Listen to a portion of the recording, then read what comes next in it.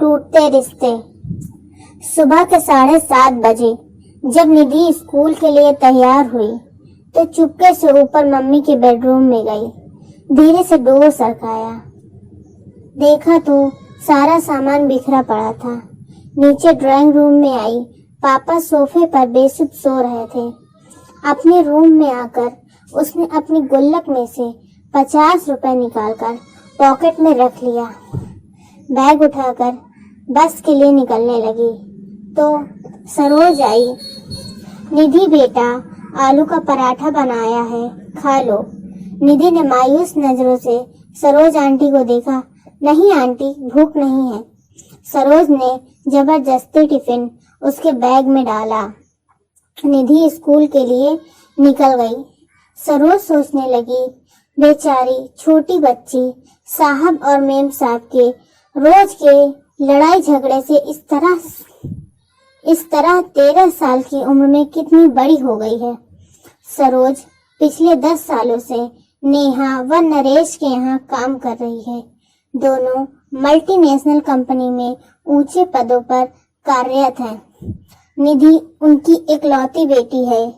किसी भी चीज की कोई कमी नहीं है, पर हर समय दोनों एक दूसरे से लड़ते रहते हैं। नरेश पिछले कुछ समय से नेहा से तलाक चाह रहा था और चाहता है निधि की जिम्मेदारी नेहा उठाए और नेहा निधि की जिम्मेदारी नरेश को देने के साथ जायदाद में हिस्सा चाहती है। इस कारण दोनों लड़ते रहते हैं।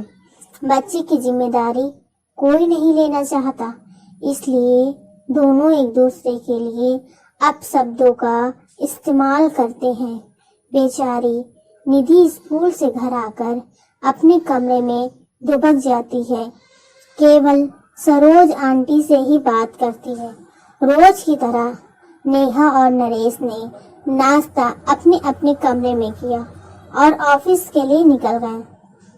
करीब 12 बजे स्कूल से कॉल आया कि जल्दी हॉस्पिटल पहुंचो, निधि को चोट आई है। हॉस्पिटल पहुंचकर पता चला कि निधि बहुत ऊपर से सीढ़ियों से गिर गई है। आईसीयू में रखा गया था। ऑपरेशन की तैयारी हो रही थी।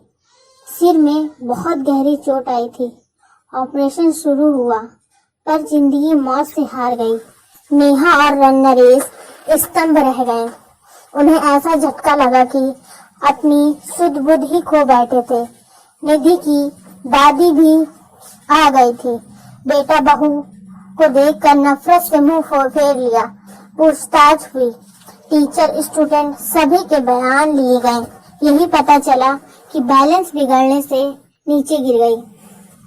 13वां निपटने के बाद नरेश ने अपनी मां को रोकना चाहा, पर उन्होंने आंखों में आंसू भरकर कहा, तुम दोनों खूनी हो। तुम्हारी जिद मेरी पोती को खा गई। मैं उसे अपने साथ ले जाना चाहती थी, पर तुम दोनों ने उसे अपने अहम का मोहरा बनाकर उसकी जान ले ली। माँ चली गई। सरोज तब से सदमे में थी। फिर उसने जैसे तैसे होश संभाला। नरेश और नेहा से कहा, मेम साहब, मैं अब यहाँ नहीं रह पाऊंगी। इस घर की दीवारें मेरी निधि की सिसकियां से भरी हैं। उसे मैंने कभी अपनी गोद में तो कभी छिप कर रोते हुए देखा है। कभी तो मेरा मन किया कि उसे लेकर भाग जाऊं, पर मैं डरपोक थी, ऐसा नहीं कर सकी। अगर चली जाती तो शायद वो आज जिंदा होती। नरेश और नेहा के पास अब शायद कहने को कुछ नहीं था। जैसे जैसे दिन बीत रहे थे, उनका लड़ाई झगड़ा एक अजीब सी बर्फ में तब्दील हो चुका था। उनकी सारी भावनाएं अंदर ही अंदर एक खामोशी अख्तियार कर चुकी थी। संडे का दिन था। बड़ी मुश्किल से नेहा ने निधि के रूम में जाने की हिम्मत जुटाई थी। महीनों दोनों उसके कमरे में कदम नहीं रखते थे। कैसे माँ बाप थे वो दोनों। उसका रूम, उसका बेड, उसका तकिया, उसकी किताबें, उसकी पेंसिल, पेन, स्कूल बैग सब वैसे ही रखा था। अलमारी खोली तो उसके कपड़े नीचे गिरे। पड़े उसका हल्का ब्लू नाइट सूट जिसे वह अक्सर पहना करती थी। नेहा रोते हुए अलमारी से सामान निकालने लगी। तभी उसके हाथ एक ब्लू कलर की डायरी लगी। उसने कांपते हाथों से उसे खोला। आगे के कुछ पेज फटे हुए थे। पेज दर पेज टूटे दिल की दास्तां छोटे छोटे टुकड़ों में दर्ज थी। मम्मी पापा, मैं आपको डियर नहीं लिखूंगी क्योंकि डियर का मीनिंग प्यार होता है। पापा, आप मम्मी को कहते हो कि तुम्हारी बेटी, और मम्मी आप पापा को कहते हो तुम्हारी बेटी। आप दोनों ये क्यों नहीं कहते हो हमारी बेटी? अगले पेज पर था, पता है जब मैं मामा जी के घर जाती हूँ, मामा मामी मुझे बहुत प्यार करते हैं।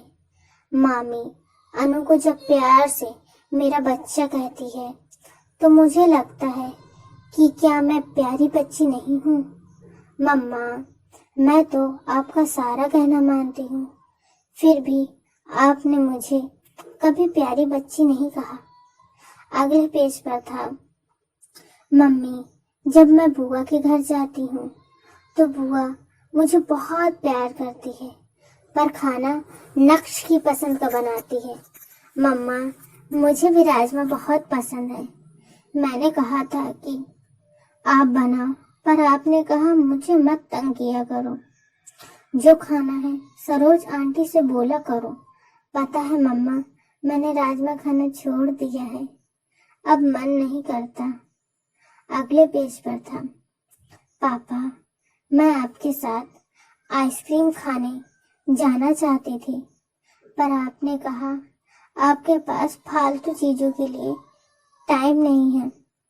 पापा, आप जब चीनू मासी और मौसा जी मुझे और विपुल को आइसक्रीम खाने के लिए ले जा सकते हैं, तो फिर वो क्यों नहीं कहते कि ये सब फालतू चीजें हैं? पता है मम्मी, मैं अपने घर में से दूर जाना चाहती हूँ, जहाँ मुझे ये सुनाई ना दे कि निधि को मैं नहीं रखूंगी, पापा के चिल्लाने की आवाज ना सुनाई दे। पापा, अगर मैं बड़ी होती तो आप दोनों को कभी परेशान नहीं करती, मैं खुद ही चली जाती। मैं तो आप दोनों से बहुत प्यार करती हूँ। पापा मम्मी, आप दोनों मुझे प्यार क्यों नहीं करते? एक पेज पर था, I love you Saroj aunty. मुझे प्यार करने के लिए, जब मुझे डर लगता है, आपने पास सुलाने के लिए, मेरी हर बात सुनने के लिए। और अंतिम पेज पर था, दादी आई लव यू, आप मुझे यहाँ से ले जाओ, आई प्रॉमिस कभी तंग नहीं करूँगी। नेहा डायरी को सीने से लगाकर जोर जोर से रो पड़ी। नरेश भी उसके रोने की आवाज सुनकर आ गया था। नेहा ने डायरी उसे पकड़ा दी। पेज दर पेज पलटते हुए उसके चेहरे के भाव बदलते जा रहे थे। वह खुद को संभाल नहीं पाया, जमीन पर बैठ गया। नेहा रोते हुए बोली, नरेश पता है वो एक्सीडेंट नहीं, आत्महत्या थी, सुसाइड था। जिस रिश्ते को हम बोझ समझते थे, हमारी निधि ने उससे हमें आजाद कर दिया। नरेश, हम दोनों ने अपनी बच्ची का खून किया है। नरेश फूट फूट कर रो पड़ा। ये कहानी हर उस घर की है जहां माँ बाप बच्चों के सामने लड़ते हैं या घर टूट कर बिखरते हैं, और उसका सबसे बड़ा खामियाजा बच्चे भरते हैं। अगर आप अच्छी परवरिश नहीं दे सकते तो आपको बच्चों को जन्म देने का कोई अधिकार नहीं है। अच्छी परवरिश रुपए पैसे सुख सुविधा से नहीं होती। इसका मतलब यह है कि आप बच्चे की जरूरत के समय उसके कितने करीब हैं। आपको ये कहानी